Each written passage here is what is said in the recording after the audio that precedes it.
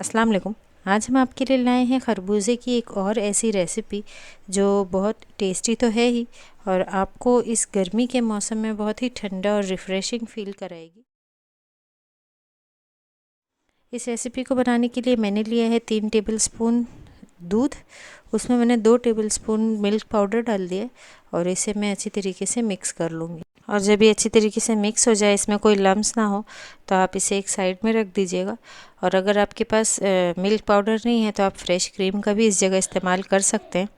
अब यहाँ पर 1 कप खरबूजा लिया है मैंने, उसे चॉप कर लिया और उसमें 4 टेबलस्पून चीनी डाल दी है। और फिर इसमें मैं डाल दूँगी आधा कप दूध। ये नॉर्मल टेम्परेचर का दूध है। इसे डालकर और इसको पीस लीजिए आप। अच्छा, यहाँ पर चीनी की क्वांटिटी आप कम या ज़्यादा कर सकते हैं, डिपेंड कि आपका खरबूजा कितना मीठा है। अब यहाँ जो तैयारी है वो हो चुकी है, बस आप एक गिलास में डाल दीजिए थोड़े से चंक्स खरबूजे के। और ये जो शेक बनाया था हमने खरबूजे का, आप उसमें वो डाल दीजिए। और फिर ऊपर से आप इसमें जो हमने मिल्क पाउडर का मिक्सचर तैयार किया था, 2 टेबलस्पून या 2 टीस्पून जितना आप उसे डाल दीजिए। और डालने के बाद इस पर डाल दीजिए आप वनीला आइसक्रीम 1 स्कूप। और फिर आपने इसमें दोबारा से थोड़ा सा और खरबूजे के चंक्स डाल देना है, छोटे छोटे से टुकड़े। और फिर आप डाल दीजिए थोड़ा सा मिल्क पाउडर का जो मिक्स तैयार किया था हमने। आप चाहें तो यहाँ पर रोज़ सिरप का भी इस्तेमाल कर सकते हैं अगर आपके पास अवेलेबल हो और अगर आप चाहते हो तो। और फिर इसे गार्निश कर लीजिए ड्राई फ्रूट्स के साथ। ड्राई फ्रूट से इसमें थोड़ा सा नटी फ्लेवर आ जाता है तो बहुत टेस्टी लगता है खाने में। तो सिर्फ 10 मिनट में बन जाने वाला बहुत ही टेस्टी और रिफ़्रेशिंग मस्क मेलन पंच ज़रूर ट्राई कीजिए। कैरी का शरबत हम बना रहे हैं, जिसके लिए हम सबसे पहले आधा किलो कैरी लेंगे। उसे अच्छी तरीके से ऊपर से धो लेना है सब तरफ से। और फिर एक पैन में इसे डाल दीजिए थोड़े से पानी के साथ और इसे उबाल लीजिए। इसे आपने इतना पकाना है कि ये जो है अपनी स्किन छोड़ दे। तो आप एक तरफ से जब ये पक जाए तो इसे फ्लिप कर दीजिए, पलट दीजिए और दूसरी तरफ से भी इतना पकाइए कि ये अच्छी तरीके से अंदर तक कुक हो जाए। और उसकी निशानी ये है कि ये देखिए, ये जब अच्छी तरीके से पक जाता है तो इस तरीके से स्किन इसकी अलग होने लग जाती है। और आप इसे अगर चम्मच की मदद से देखेंगे तो टच करके ये बहुत सॉफ्ट हो जाते हैं। उस स्टेज पे गैस का फ्लेम बंद कर दीजिए, इसे निकाल लीजिए और हल्का गर्म हो उसी वक्त आप ना इसके छिलके निकाल लीजिए। और निकालने के बाद इस छिलके से जो भी पल्प होता है वो आप चम्मच की मदद से स्क्रैप कर लीजिए कि वो वेस्ट ना हो, क्योंकि इस छिलके में भी कई सारे पल्प हैं। तो आप ऐसे चम्मच की मदद से इसे स्क्रैप करके एक साइड में रख दीजिए और जो छिलका है उसे डिस्कार्ड कर दीजिए। और फिर आपने यही प्रोसेस की मदद से जो कैरी है उसमें से भी सारा पल्प निकाल लेना है। मैं हाफ़ के जी का बना रही हूँ, आप चाहें तो क्वांटिटी बढ़ा सकते हैं, ज़्यादा भी बना लें और स्टोर करके रख लें बॉटल में। जब भी आपको शरबत पीने का मन करे इसे निकालिए ग्लास में और बर्फ़ और पानी डालकर इसे मिक्स कर लीजिए और पी लीजिए। तो ये जो है ना बहुत ठंडा इफ़ेक्ट देते हैं बॉडी में। तो यहाँ पर देखिए, मैंने कैरी से भी जितना पल्प निकल सकता था वो सारा निकाल लिया है। इसी तरीके से आपने दूसरी कैरी लेना है और उसका भी छिलका उतार लीजिए और फिर स्किन में और जो कैरी है उसमें जितने भी पल्प हैं वो सारे के सारे पल्प आप निकाल लीजिए। स्टेज पर कैरी जो है वो हल्की गर्म ही है, क्योंकि मैंने अभी इसमें शक्कर भी डालनी है, चीनी।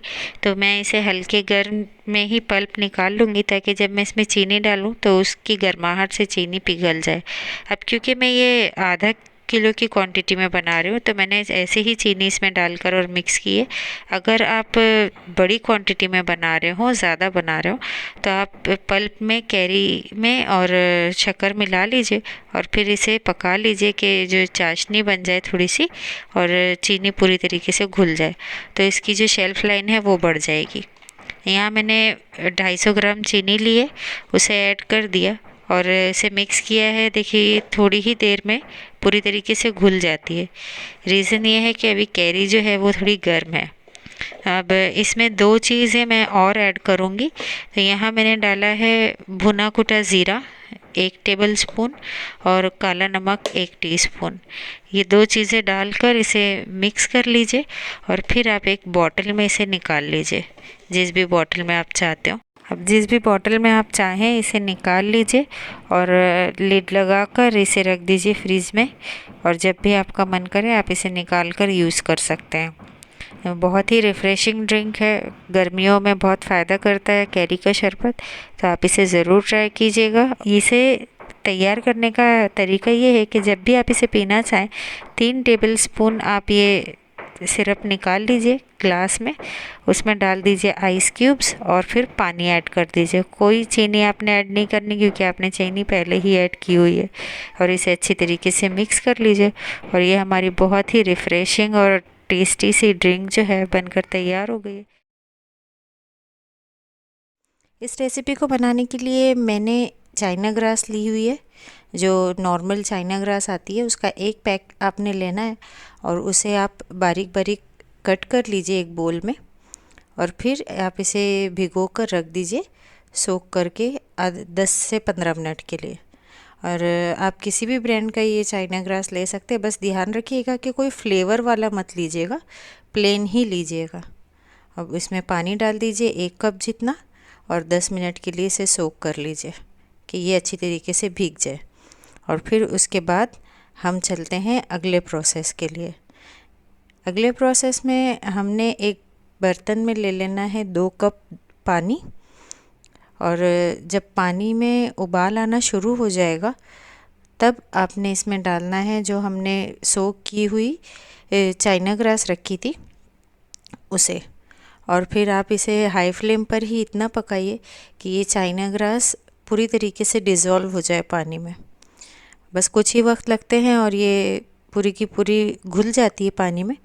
उसके बाद आपने इसमें डाल देनी है चीनी, 1/4 कप चीनी है। इसे डालने के बाद भी आपने सिर्फ इतना पकाना है कि बस चीनी जो है वो डिज़ोल्व हो जाए, कोई 1 या 2 तार की चाशनी नहीं बनानी।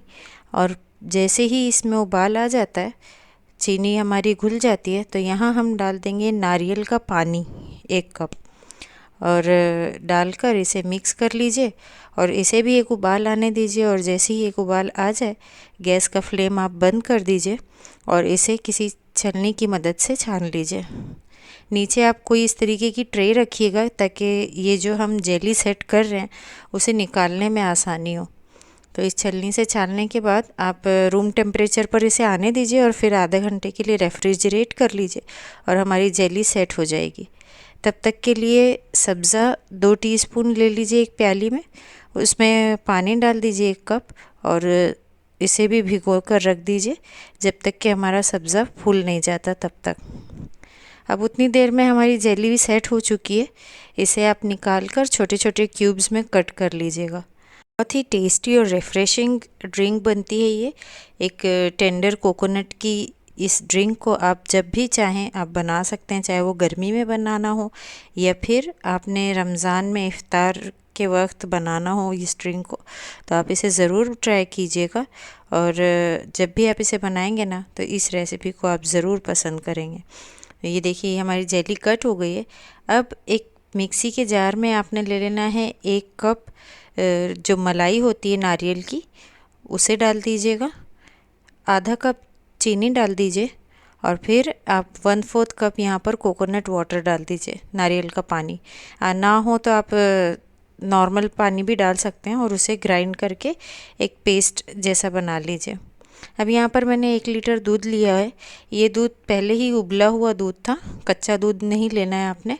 और इस दूध में हमने डाल दिया है जो हमने कोकोनट का शेक जैसा बनाया था प्यूरे, वो फिर उसमें सब्ज़ा डाल दिया और उसी में हमने कोकोनट की जो जेली तैयार की थी नारियल की, उसे भी डाल दिया।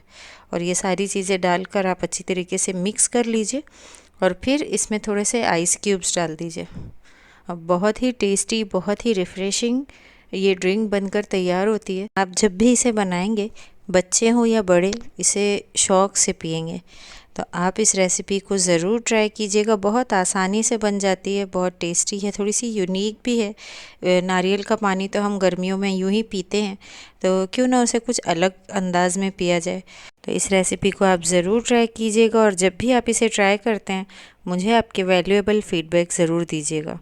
और अगर आपको ये वीडियो अच्छी लगी तो वीडियो को लाइक कीजिए, चैनल पर नए हैं तो सब्सक्राइब कीजिए और बेल आइकन को भी दबाइए ताकि लेटेस्ट आने वाले वीडियो की नोटिफिकेशन आप तक जल्द से जल्द पहुंच सके। और इसे फ्रेंड्स एंड फैमिलीज़ में भी ज़रूर शेयर कीजिए। मिलते हैं नई रेसिपी के साथ।